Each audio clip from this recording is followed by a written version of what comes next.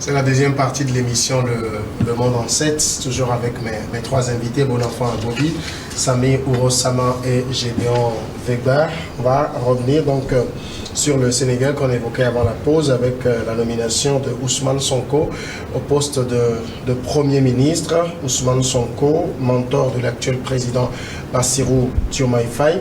Justement, Gédéon Vegba, la question sur laquelle on s'était quitté avant la pause, c'était de savoir, au-delà de tout ce qu'on peut dire sur les relations entre les deux hommes, est-ce qu'elles seront bonnes ou pas aujourd'hui. Ce qui est sûr, c'est que Diomaye Faye est président, Ousmane Sonko est Premier ministre et les Sénégalais attendent des résultats. Et c'est d'ailleurs même un bon équilibre, hein. On peut dire que c'est un bon équilibre, le couple Diomaye Faye Ousmane Sonko. Maintenant, moi, ma préoccupation, c'est de savoir si les deux seront à même de répondre aux aspirations du peuple, parce que le peuple les a portés au pouvoir pour qu'ils puissent répondre à leurs aspirations.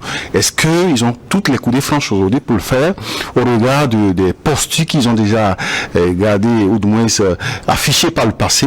C'est là toute la question. Mais j'ai bien l'impression qu'ils sont déterminés, ils ont de l'ambition, ils veulent vraiment changer les choses, ils veulent trancher avec l'ancienne pratique. Tout le souhait qu'on peut leur formuler aujourd'hui, c'est qu'ils réussissent à répondre aux aspirations du peuple, à transformer les préoccupations des populations en des actions concrètes pour que le Sénégal puisse vraiment garder le flambeau de démocratie qu'il a toujours incarné en Afrique. Mais est-ce qu'il y a une magie à faire que Macky Sall n'a pas réussi à faire? Je ne crois pas, parce que c'est un pouvoir qu'ils vont exercer.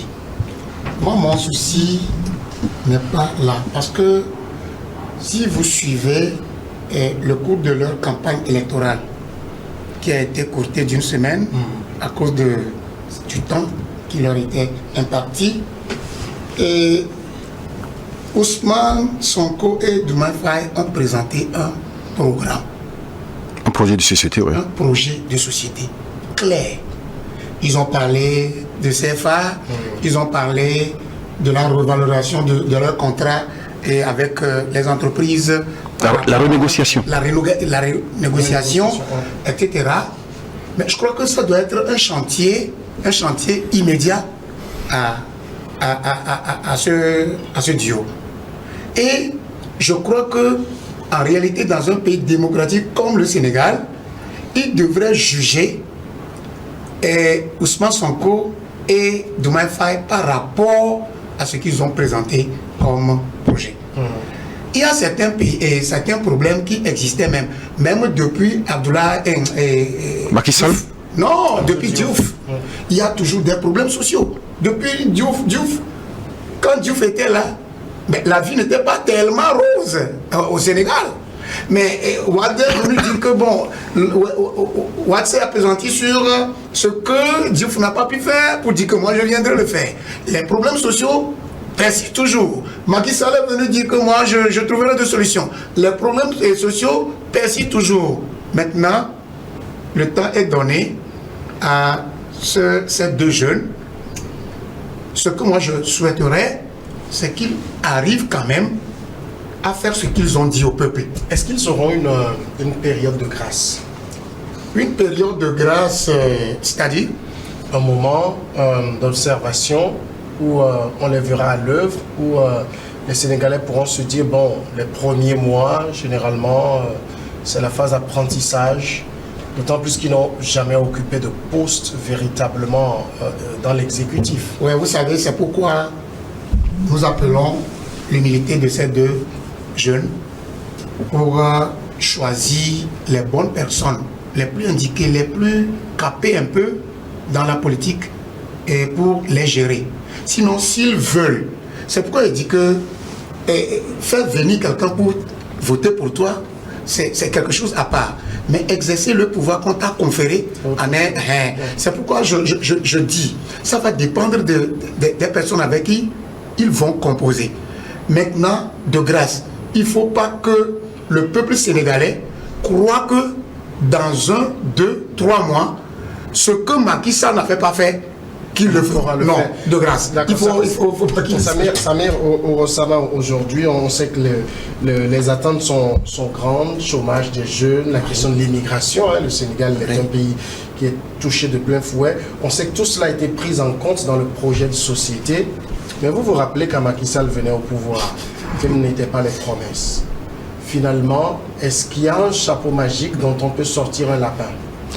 Je pense que ce qui a salué, c'est que pour la première fois, on a deux personnages qui n'ont rien à voir avec le système politique traditionnel qu'on a l'habitude de voir.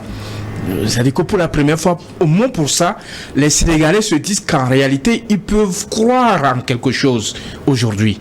Et vous avez vu, je pense que la grande lutte qu'ils ont amenée, c'est de faire en sorte qu'il y ait de la transparence dans la gouvernance de l'État.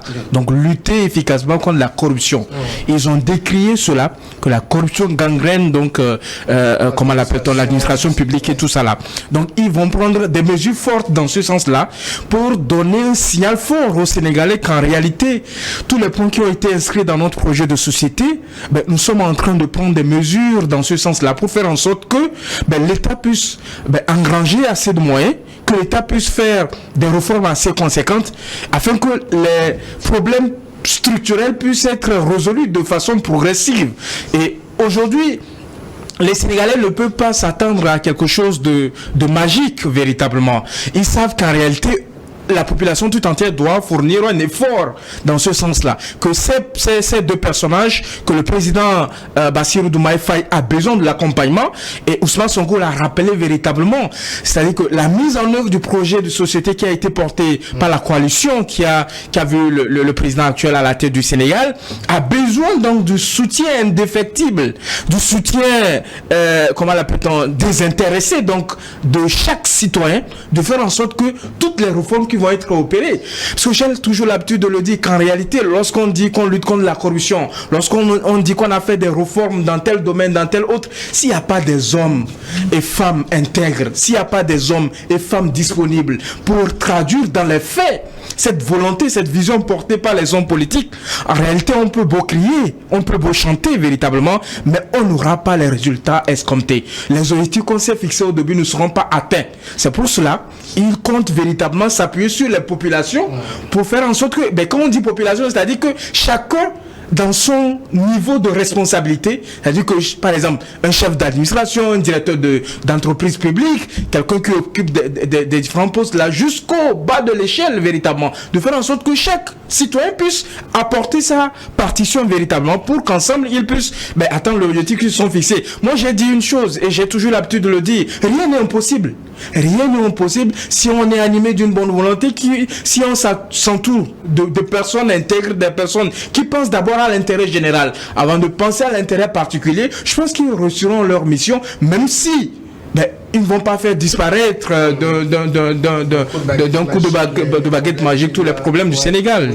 Je vais rajouter rapidement pour dire que les premiers pas posés par le nouveau président montrent qu'il y a quand même une nouvelle vision de la chose politique qui est amorcée. En l'occurrence, sa réforme de la justice qu'il a annoncé.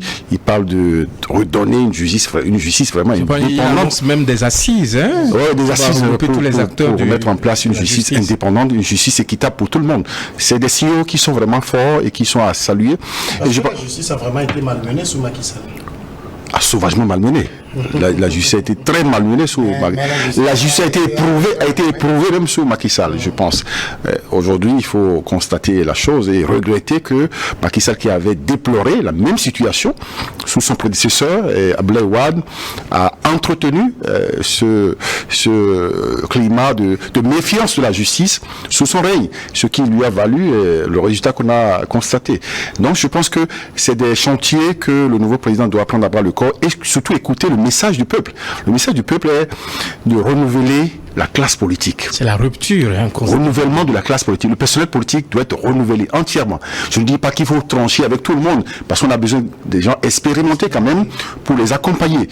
Mais la vieille classe politique doit aller à la retraite, doit aller se reposer et laisser les jeunes émerger, faire leur expérience. Parce que ce que les gens ne savent pas, dans les années 80, quand Abdou Diouf prenait les rênes du Sénégal, c'était les jeunes qui l'accompagnaient. Il avait 46 ans. Il y avait beaucoup de jeunes qui l'ont accompagné, comme l'ancien président de l'Assemblée nationale, l'ancien Premier ministre qui a été président de l'AFP, son nom m'échappe, Moustapha Niasse. Moustapha Niasse, tout cela était jeune à l'époque. Les Idrissa Seck et tout ce qu'on connaît, l'ancien ministre d'État qui est mort, le Ousmane Tanor Dieng du Parti Socialiste, et tout cela était jeune. Et c'est eux qui ont porté le projet de Abdou Diouf. On a vu. Donc, ce n'est pas une nouveauté aujourd'hui que ce soit des jeunes qui veuillent prendre la relève de Macky Sall. Donc, c'est à saluer. Il a prêté serment le 2 avril. Nous sommes aujourd'hui samedi le 6 avril. Le gouvernement se fait attendre. Pourquoi tout ce temps de réflexion? Est-ce que ça veut dire qu'on n'avait pas un gouvernement type déjà prêt? Bon, en réalité, on ne peut pas avoir un gouvernement type avant le vote. Et quand ça tarde, c'est, je crois, c'est une manière de reculer ou mieux sauter. Je dis que ce que les jeunes là ont dit lors des campagnes sont des choses lourdes. C'est-à-dire que ce sont des choses qui ont touché le tréfonds du Sénégalais. C'est pourquoi ils ont placé leur confiance en eux. En ce sens, il ne faut pas aller trop vite en besogne. C'est-à-dire que le fait de rester jusqu'à 1 mois avant de former un gouvernement, ben, en réalité, ça ne gâte rien. C'est-à-dire que le pays serait un pilotage automatique. Non, le problème, moi, ce que je lis de cela, de ce petit retard-là, c'est que il a prêté serment le 2. Ouais. Il a nommé son premier ministre. Je pense le 3. Hein, oui, le 3. C'est dans la soirée. Dans la soirée. Dans la soirée. Il faut sentir en même temps qu'ils veulent aller immédiatement à la formation de gouvernement. Mais former un gouvernement, c'est pas chose facile. Mais ils ne sont pas en retard, à mon avis. Ils ont dit que c'est le 6 avril, le plus tard, qu'ils auront un gouvernement. Il y a beaucoup de personnes à récompenser, c'est aussi ça? Non, ce n'est pas fait de récompenser. Si vous voulez récompenser les gens qui n'ont pas de compétences pour... Ce n'est pas exclu. Non, au fait, vous savez, récompenser quelqu'un n'est pas forcément de l'amener dans le gouvernement. Puis il y a aussi des équilibres qu'il faut trouver. Hein. Voilà, vous-même, vous me posez des questions et vous m'aidez à répondre. Non, moi, je pense... Il y a des déséquilibres à faire. Il y a des déséquilibres à créer. Ouais. Ouais, non. Non, la problématique qu'il y a, c'est qu'ils sont en coalition. C'est toute la problématique. Ils sont en coalition. Si c'était le PASTEF seul, ça aurait été fait depuis. Bon, je pense que c'est au sein de la coalition qu'ils sont en train de voir qu'il faut mettre à telle place pour que l'action, le projet de société qu'ils ont vendu au peuple puisse vraiment impacter la population. Mais moi, je pense qu'au-delà de tout, vous savez, lorsqu'on veut former un gouvernement, on fait ce qu'on appelle des consultations. Donc, on a des entretiens individuels avec des concernés. Donc, on discute d'un certain nombre d'aspects liés à votre département ministériel, avec des engagements que vous devez prendre, et connaissant la probité qui caractérise et l'intégrité, l'humilité et tout ce que vous connaissez, qui caractérise ces deux hommes-là. Je pense qu'il est important qu'ils puissent assurer que ces personnes-là qui viendront dans l'équipe gouvernementale puissent partager la vision qu'ils ont du Sénégal de demain, puissent porter le projet de société, s'imprégner donc le projet d'un certain nombre d'aspects et s'approprier un certain nombre de valeurs véritablement. Parce que si vous voulez lutter contre la corruption, si vous voulez réformer la justice, vous voulez faire en sorte que la vie économique du pays soit profitable aux Sénégalais, faire en sorte que le Sénégal soit davantage souverain, faire en sorte que sur un certain nombre de questions, que vous puissiez affirmer la souveraineté de votre pays, il est important que ceux qui dirigent l'action gouvernementale puissent incarner cela. Et je pense qu'ils prennent le temps, connaissant Ousmane Sonko avec les valeurs qu'il a défendues, qu'ils s'assurent véritablement que ce sont des profils qu'il faut, à la place qu'il faut, et ça va pas prendre, à mon humble avis, ça va pas prendre du temps parce qu'ils ont déjà en tête ceux qu'ils doivent, ceux avec qui ils doivent collaborer à un certain nombre de postes. Je pense qu'ils ont déjà commencé par annoncer les personnes à un certain nombre de ministères et départements. On se rappelle il y a quelques années, lorsque dans le gouvernement du président Maître Abdoulaye Wade, une ministre avait été nommée, la presse a fait des révélations, elle n'avait pas fait plus de plus d'une journée à la tête de son département. Donc, il faut prendre le temps de choisir les gens qui ont de la moralité. Et tout ça, ça peut aussi prendre du temps. Absolument. Je pense que c'est à ce jeu qu'ils sont joués maintenant parce que c'est un travail de fourmi qu'il faut faire. Hein. Il faut vraiment voir le profil, la probité, la moralité, l'intégrité du candidat au poste et pour que ça ne soit pas en porte-à-faux avec ce qu'on a vendu au peuple. Donc, je pense que c'est un travail délicat et vraiment, je dirais même très contraignant pour les deux, le couple, je veux dire, le couple présidentiel aujourd'hui. Ils y arriveront, mais une erreur dans le casting pourrait être vraiment préjudiciable pour eux. Donc, c'est pour ça qu'ils travaillent vraiment à ne pas commettre une erreur, je pense. Pendant ce temps, il faut rappeler aussi que celle qui avait accusé Ousmane Sonko de viol a quitté le Sénégal, selon les informations, pour trouver refuge en Suisse. Anissa. Non, je pense que ça c'est un jeu politique. La justice va probablement dire la vérité un jour sur cette affaire. On espère bien. Passons à la Guinée maintenant rapidement pour évoquer le limogeage du chef de la compagnie d'électricité, le chef de la compagnie nationale d'électricité en Guinée. Donc il a été limogé. C'est les autorités qui ont fait l'annonce le samedi passé après les coupures de courant répétées et a provoqué des manifestations dans ce pays. Le directeur général de la société d'électricité, Laïs Sekou Kamara, et ses deux adjoints, Fodé Souma et Abdoulaye Koné, ont été remerciés selon un décret signé par le chef de l'État, le général Mamadi Doumbouya. On lui reproche donc les coupures intempestives sous lesquelles se retrouve aujourd'hui Samir Oussama, la Guinée. On a l'impression que finalement tous les pays d'Afrique ont un problème. Non, véritablement. Et puis quand vous regardez un peu la situation en Guinée-Conakry, vous vous rendrez compte que c'est la goutte qui a débordé la vase. La goutte d'eau. Avec véritablement avec les différentes contestations politiques, avec les différentes contestations socio-économiques. Le pays est dans une situation catastrophique. Ces militaires-là ont montré leurs limites véritablement en termes de gouvernance, en termes de prévoyance, véritablement. Parce que pour une petite histoire, je vais vous dire un ou deux petites choses. Lorsqu'on nomme un directeur à la tête d'une société d'État, comme ce que nous avons en Guinée, donc la société d'électricité donc de Guinée, en réalité, on lui fixe un certain nombre d'objectifs de performance. Donc il est recruté pour pouvoir atteindre un certain nombre d'objectifs. Aujourd'hui, on ne nous dit pas que la société d'électricité de Guinée est en faillite.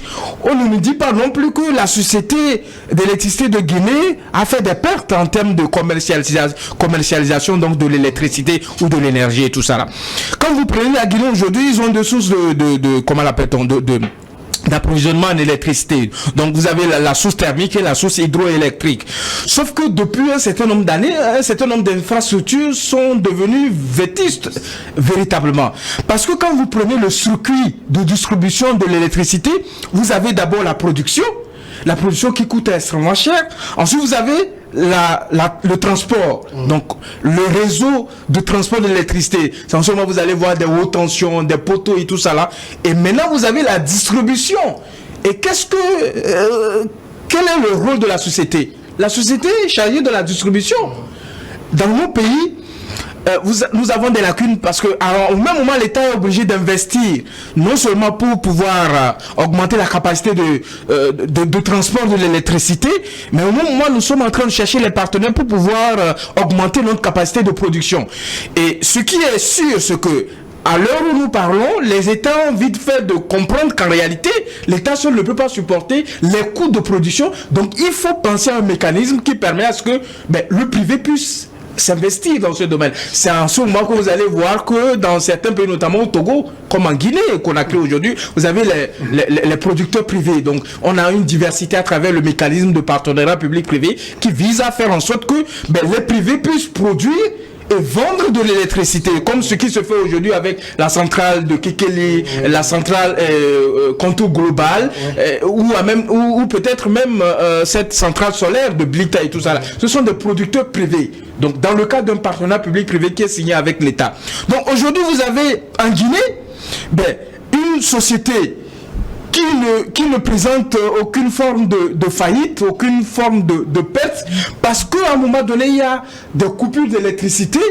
on ne cherche pas à voir quelle est la source véritablement, parce que ce qui est communiqué par la société, ce qui a une panne au niveau d'un pylône d'une haute tension, mais en réalité le problème est profond, parce que le pays n'arrive pas véritablement à, comment l'appelle-t-on, assurer la production nécessaire en termes de provision des différentes villes de la localité et du pays, notamment Conakry qui est la capitale. Donc les investissements ne suivent pas véritablement par rapport à la demande qui est faite sur le marché. Donc aujourd'hui vous avez un régime qui est aux abois, un régime qui a montré ses limites, un régime qui pense qu'en réalité c'est le problème donc qui s'opposait, alors qu'en Guinée ce qui se pose véritablement c'est un problème de gouvernance, parce que la Guinée fait partie de l'un des pays, lorsqu'il y a des manifestations on doit toujours avoir des morts, lorsqu'on dit que le peuple descend il y a toujours des morts, et c'est sous le régime militaire que vous allez constater qu'il y a des opposants qui sont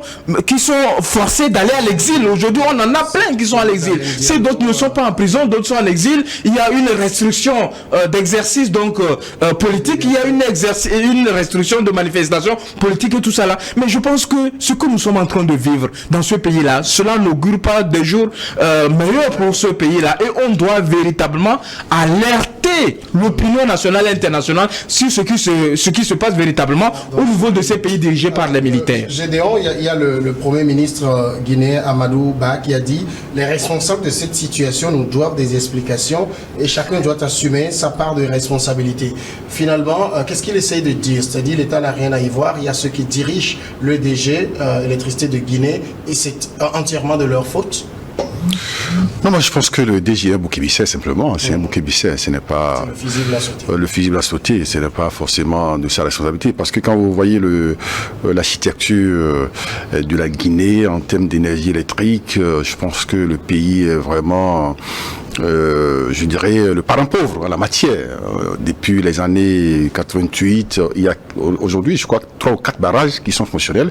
Il y a le barrage de Banéa qui est construit en 88, le barrage de Garafiri en 99, le barrage de Kaleta en 2015. Ce sont les barrages en exploitation. Il y a d'autres nouveaux barrages qui sont en construction.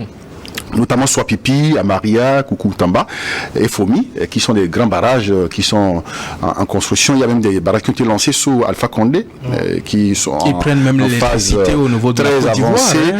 C'est un paradoxe, moi je dis. Hein, et c'est même, je dirais, à la limite, je dirais, quelque chose qu'on n'arrive pas à comprendre. La Guinée avec ses ressources, ses ressources immenses, son potentiel hydroélectrique qui peut alimenter toute l'Afrique est toujours en difficulté. Et le mal, depuis Sékou Touré jusqu'à aujourd'hui, c'est comme si ça va de mal en pire. Ce n'est que sous Alpha Condé qu'on a connu, je dirais, une petite respiration en termes d'énergie électrique. Il a fallu 2010 ou 2011, je crois, pour que la capitale Conakry soit quand même couverte en électricité, ce qui est un paradoxe. Les petits pays, tout le monde a quand même l'énergie. Mais la Guinée, c'est un problème. Moi, je n'arrive pas à comprendre comment les gouvernements successifs n'ont pas su trouver la parade, les moyens pour quand même construire de grands barrages qui pourraient alimenter tout le pays. Et chaque année, on entend, mais c'est pas une nouveauté, ce qui est arrivé. C'est y arrivé sous le gouvernement précédent. Donc, je pense que le chef de la junte est dans une politique spectacle. Moi, je peux le dire, parce que le limogeage de l'ancien Premier ministre, la démission du gouvernement, et puis bon, on a remercié tout le monde. Alors que pendant tout le temps, on a vu comment le chef de la junte avait de l'emprise sur tous les ministres. Aucun ministre ne pouvait rien faire sans qu'il n'ait son mot à dire. Et du jour au lendemain, sans qu'aucune raison ne soit évoquée, on a remercié tout le gouvernement, remercié le Premier ministre, et on a renvoyé tout le monde à la maison, on a même confisqué le passeport, gelé leur compte. C'est du spectacle. Je n'arrive pas à comprendre. Et jusqu'à aujourd'hui, on n'a pas dit quelles sont les fautes dont ils sont accusés, et qu'est-ce qui leur est reproché. On n'est au courant de rien. Mais on a passé ça, et puis maintenant on revient encore à une autre, je dirais, carte qu'on est en train de jouer, sous prétexte que le DG peut faire quel miracle s'il n'a pas les moyens pour assurer, je dirais, pour mettre à disposition de la population l'électricité? Il n'a aucun moyen que l'État ne lui mette à disposition. Si l'État lui met à disposition les moyens, il va assurer, il va fournir l'électricité à tout le monde. Mais s'il ne le fait pas, c'est sa faute. Moi, je ne pense pas que ce soit vraiment la meilleure façon de gouverner. Mon vis-à-vis, mon confrère l'a dit tout à l'heure, il semble qu'on est dans une gouvernance spectacle. Ça, c'est ma lecture. Je pense qu'il faut revoir autrement les choses et essayer de repartir dans, je dirais, les profondeurs de la crise énergétique dans le pays pour savoir où se trouve vraiment le mal. Qu'est-ce qui bloque la crise économique? Nous sommes en train de parler de la crise énergétique. Où se trouve vraiment le mal pour pouvoir prendre le bon bout des choses. Mais là, j'ai l'impression que, on montre à la population que, c'est à cause de lui que ça ne marche pas. Alors que lui, il n'en est rien. Moi, je pense que c'est un bouc émissaire, c'est un fusible. Bon enfant, Bovy, est-ce que le général 4 étoiles fait diversion? Le général Doumbouya, c'est de lui tu parles. Bien sûr. Moi, Il est venu colonel, il s'est flanqué général. Justement, je le connais sur le nom de colonel Doumbouya. Il est général. Il est général. Quelques semaines. 4 étoiles. Vous savez, parmi le vent de push qui a soufflé un peu en Afrique de l'Ouest, je veux parler de Guinée, de Burkina, Mali, Niger. De Mali, de Burkina, du Niger. Et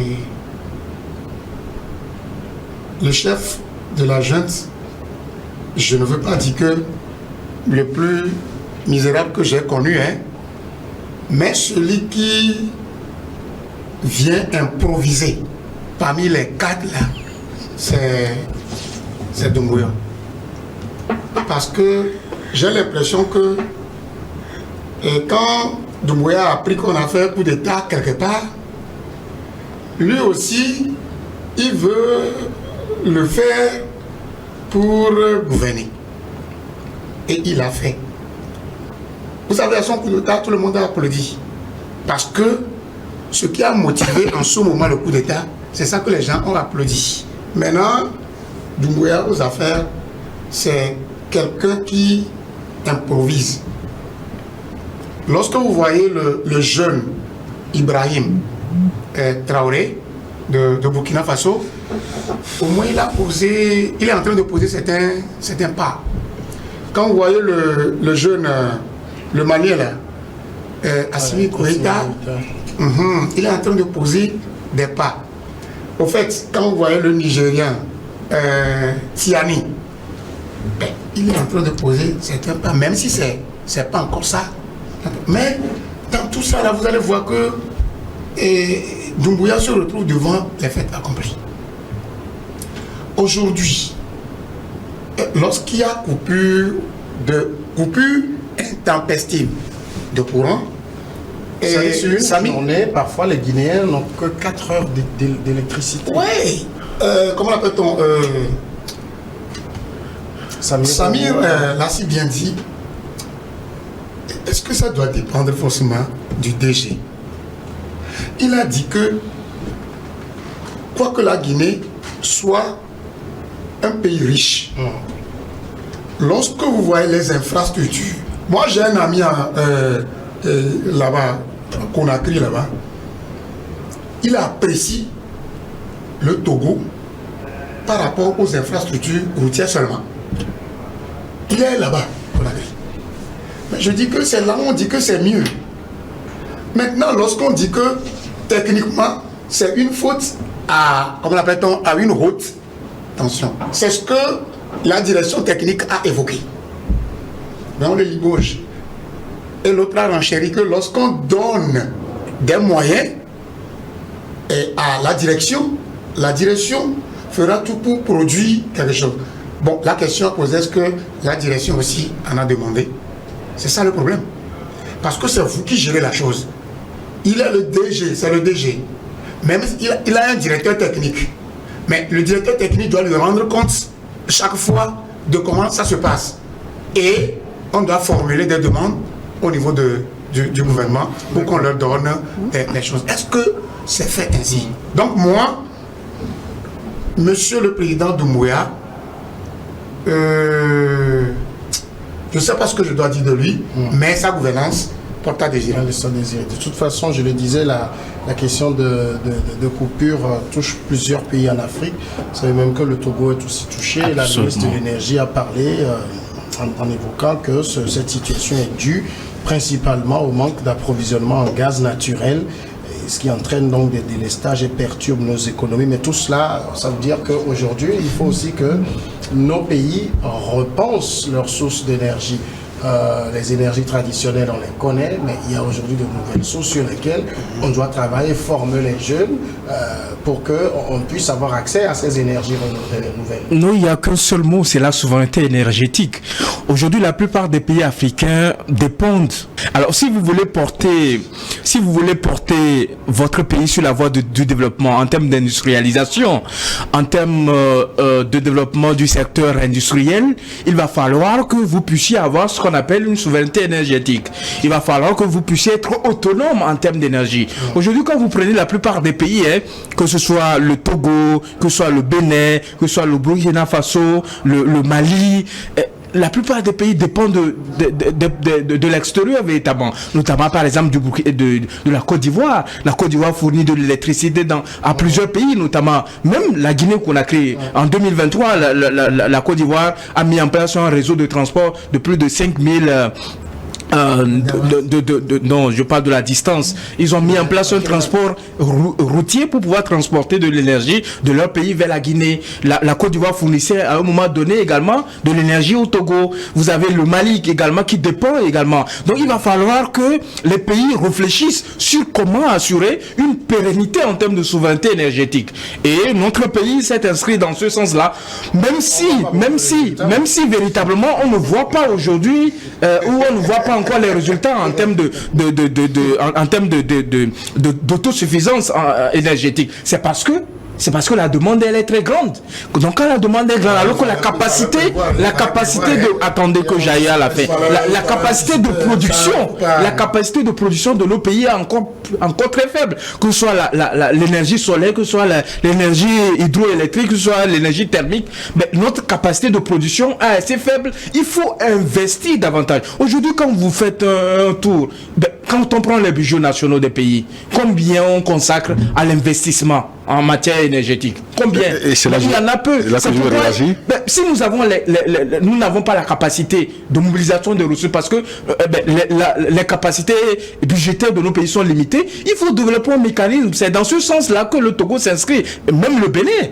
Nous sommes dans le sens de partenariat public-privé. Donc aujourd'hui, on fait plus appel au privé pour pouvoir investir. Mais ça marche. C'est le privé qui vend de l'énergie. Mais il faut avoir à l'interne un personnel de qualité adéquat qui puisse négocier des termes de contrat qui soient avantageux à nos pays. Mais si vous laissez les gens venir implanter des centrales dans nos pays qui nous vendent de l'énergie beaucoup plus chère, si vous laissez les gens qui mettent en place des projets qui l'étude de faisabilité n'a pas permis de voir les insuffisances et qui développent des projets et dont le fonctionnement devient beaucoup plus cher, c'est-à-dire que l'énergie deviendra beaucoup plus chère pour l'usager. Donc il faut voir tous ces aspects-là et ça permettra véritablement de résoudre ce problème énergétique. Non, le secteur énergétique est un secteur névralgique et dont le financement est vraiment coûteux pour les États. Je pense qu'aucun État ne peut se prévaloir de disposer des moyens conséquents pour faire face à ce secteur. D'où la nécessité d'entreprendre des partenariats, comme il a dit, public-privé. Et je pense que la chose est déjà portée au plus haut niveau au sein de la CEDEAO. Par exemple, il y a même un forum qui essaie de recevoir à Lomé, le forum d'investissement de la CEDEAO qui a eu lieu du 4 au 5 ici à Lomé, qui s'est penché sur le sujet et qui a mis ça au cœur des discussions. On a suscité auprès des bailleurs, des investisseurs, le financement de ces secteurs, parce que c'est un secteur vraiment névralgique. Sans ça, on ne peut pas se développer. Et nous ne sommes pas vraiment les parents pauvres en la matière, nous ne sommes pas les derniers de la classe, comme on le dit. Il y a d'autres pays, même les pays européens, on sont dans cette difficulté. La France, qui avait renoncé au nucléaire, obligé d'aller toujours au nucléaire. Et d'autres pays aussi qui sont dans concernant le changement de comment on appelle ça, d'approche, comme l'Allemagne par exemple, qui a refusé le charbon, qui a refusé le nucléaire également, et en train de revenir sur ça, parce que pour le moment, on n'a pas une alternative. On parle les d'énergie renouvelable, on parle des éoliens et autres. Je pense que c'est des choses des alternatives qui sont très coûteuses pour nous, pays pauvres. Ouais. Donc, si on parle des Européens qui ne sont pas arrivés à bout de la chose, c'est pas nous qui allons nous bomber le torse pour dire qu'on a les moyens pour faire face. Donc, je pense que des efforts se font. Il ne faut pas être négatif sur ce plan. Beaucoup d'efforts se font, surtout dans nos pays, en Afrique de l'Ouest. Les autorités ont pris à bras le corps le sujet et travaillent à mobiliser des ressources de financement ici comme d'ailleurs pour faire face à cette situation qui vraiment perdure. Dernier sujet maintenant, on parle du Togo rapidement, on évoque le report des élections législatives et régionales.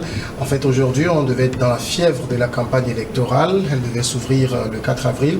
Eh bien, c'est à la veille de cette date que les autorités ont décidé de reporter sine die les élections régionales et législatives qui étaient censées se tenir le 20 avril prochain. Bon enfant, Bobby, vous avez compris quelque chose?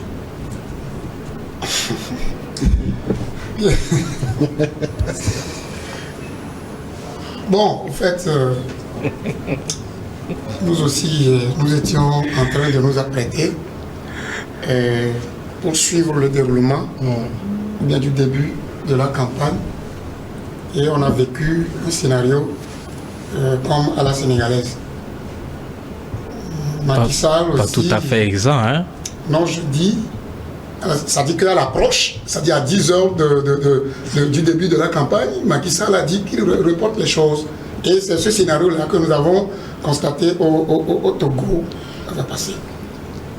En réalité, moi, je ne suis pas du genre à croire que tout est impossible. Ce report des élections au Togo a suscité des remous. Parce que... Et on suscite toujours. Et jusqu'à présent. Parce que...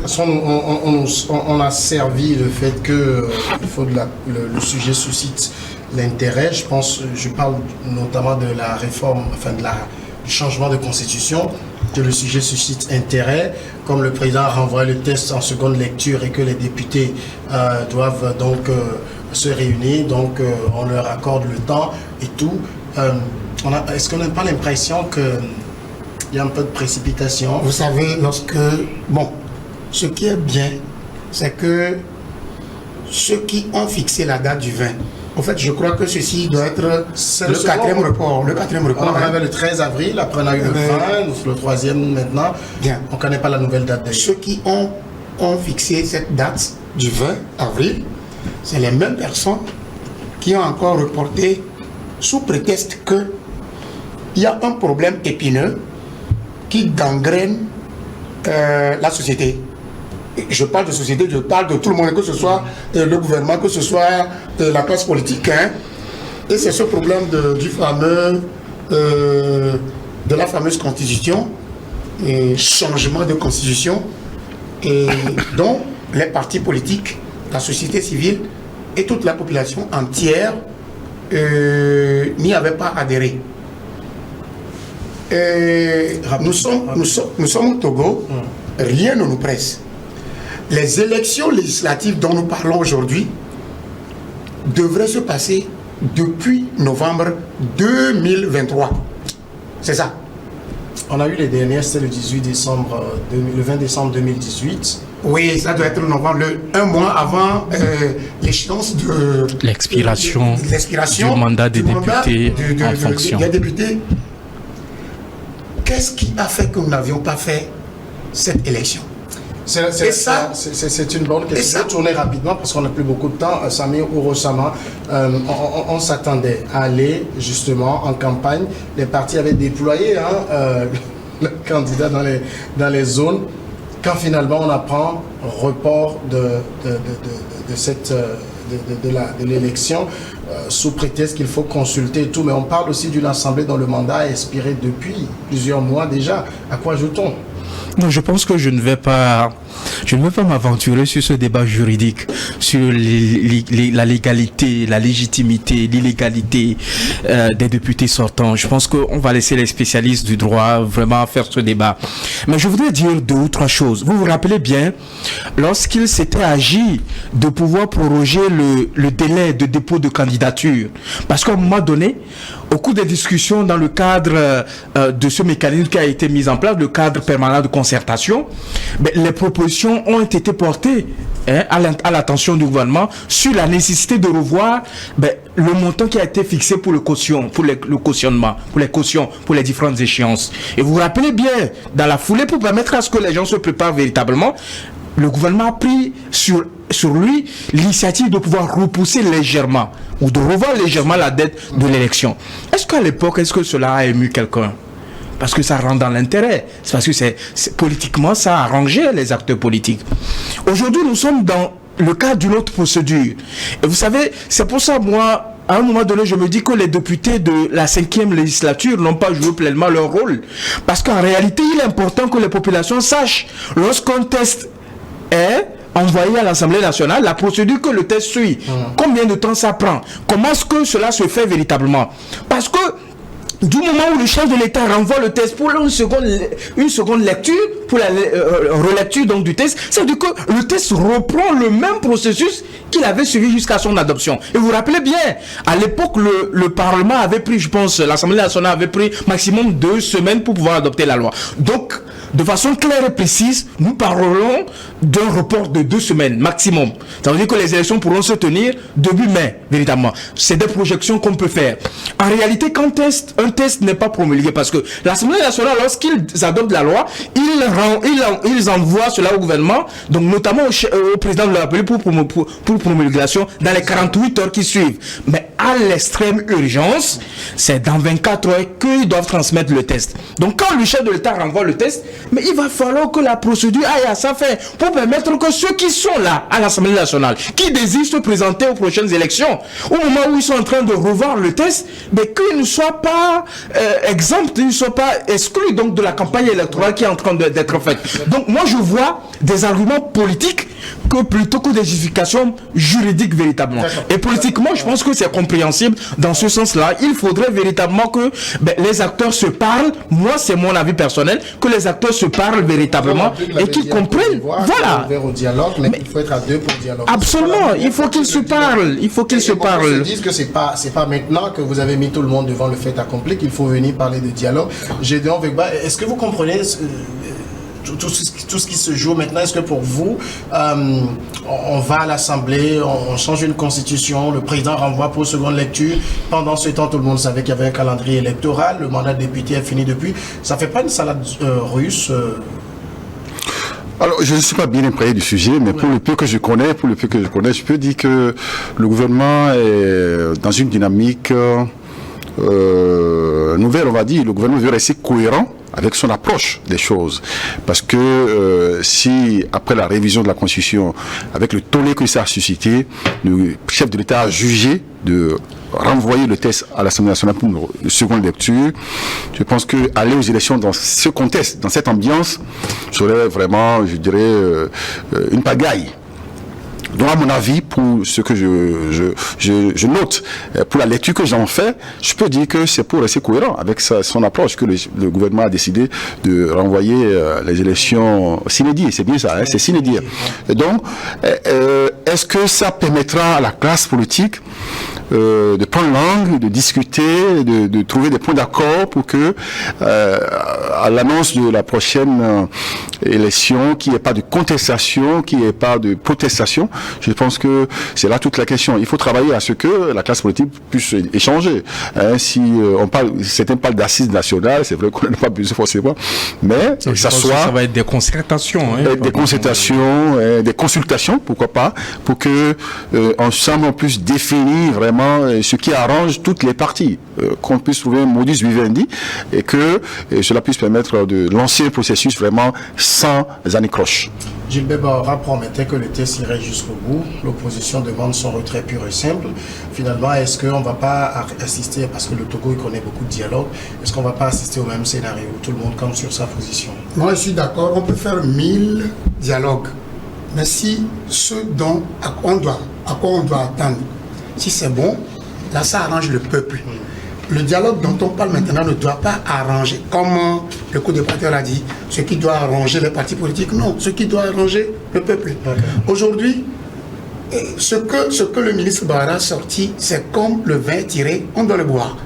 Mais en réalité, je vais vous dire tout à l'heure, ce que nous entendons, nous écoutons, etc., des uns des autres, c'est que le Togolais ne s'en prend pas au fond de la nouvelle constitution. Mais c'est la forme. Parce qu'il le comprend d'ailleurs. Justement, le problème, c'est que le test a été discret d'abord. Les gens n'ont pas pu s'imprégner. La fois passée au dialogue, ce qui s'est passé sur TVT, une grande autorité a dit que lui n'est pas en possession même du test. Ça, c'est gravissime. Mais c'est grave. Mais alors qu'il n'est pas en possession du test, mais il défend le test. Donc, c'est ça la contradiction politique que nous avons. Maintenant, non, laisse-moi. Maintenant, le problème, c'est quoi? Le problème, c'est quoi? Aujourd'hui, nous avons la constitution actuelle que nous utilisons maintenant. Je ne parle pas de la nouvelle constitution. Nous avons des articles qui disent que forcément ce n'est pas l'hémicycle forcément qui doit se charger de voter le changement d'une constitution. Cela, il faut passer carrément au référendum. Il faut passer au référendum. Et maintenant, pourquoi les gens se pressent? Quand ils savent que nous sommes dans un processus électoral, mais ils votent la loi du changement de la constitution dans le processus électoral. Et aujourd'hui, ils reviennent pour dire que non, ce qui va se passer, c'est maintenant qu'ils se sont réveillés pour dire que non, les gens qui ont fait cette proposition de loi, ce n'est pas un projet de loi, c'est une proposition de loi que les gens là vont encore déposer leur candidature et pour pouvoir défendre leur chose devant le peuple. Je dis que cette procédure-là est une procédure. Moi, je vais rétablir la vérité. Je pense que nulle part dans la Constitution, il n'est prévu des modalités de changement de Constitution. Il y a une section qui parle de la révision de la Constitution. La deuxième vérité, quand tu parlais, je me suis tué. La deuxième vérité, c'est-à-dire que quand vous prenez l'avant-dernier alinéa de l'article 144, on dit le président de la République peut soumettre. C'est le français. Il n'est pas obligé de le soumettre au référendum. Le troisième élément, je vais finir par là. L'opposition aujourd'hui, c'est curieux. Je pense que vous devez également vous devez vous étonner de la situation. L'opposition aujourd'hui, qui a toujours décrié la fraude électorale, qui a toujours dit que les élections n'ont jamais été organisées dans de bonnes conditions, c'est cette opposition qui sort aujourd'hui qui dit qu'on n'a qu'à soumettre le test au référendum. C'est pour quel résultat finalement? C'est pour qu'à la fin du référendum, quand le oui va remporter, mais ils vont encore, ce sont les mêmes personnes qui vont encore sortir pour dire que le processus n'a pas été transparent. Parce que par le passé, vous vous rappelez, il y a des gens qui avaient soumis la constitution au référendum. Vous avez vu ce qui en est suivi, le résultat qui a été contesté. Si c'est qu'on avait un peu de temps, non, une minute, je pense que le jeu politique n'est jamais un long fleuve tranquille. C'est de l'opportunisme politique. Il y a toujours la réelle politique. Il y a toujours. Donc je disais que le jeu politique n'est jamais un long fleuve tranquille. Il y a toujours la réelle politique qui intervient à tout moment et qui permet à chaque acteur de tirer le drap de son côté. Donc ce qui s'observe actuellement n'est pas une nouveauté, n'est pas une exception, n'est pas un miracle. Mais c'est le jeu, la réelle politique. Nous sommes dans la réelle politique. Et ceux qui sont... Non, je ne dis pas qu'on joue avec le dessin. Je dis que... On doit se débattre de cela. Nous sommes... On doit cesser ça. Je dis que... Vous me permettez de parler. Nous sommes dans la réelle politique. Et dans la réelle politique, chaque acteur politique doit tout faire pour tirer le drap de son côté. Absolument. Donc ceux qui sont là tirent le drap de leur côté. Il revient à l'opposition de faire en sorte que le drap revienne à son côté. C'est du jeu politique, véritablement. Le problème, merci à vous également. C'est toujours un plaisir. Tout le plaisir pour moi. Merci à tous d'avoir suivi Le Monde en 7. On se retrouve le samedi prochain. Merci.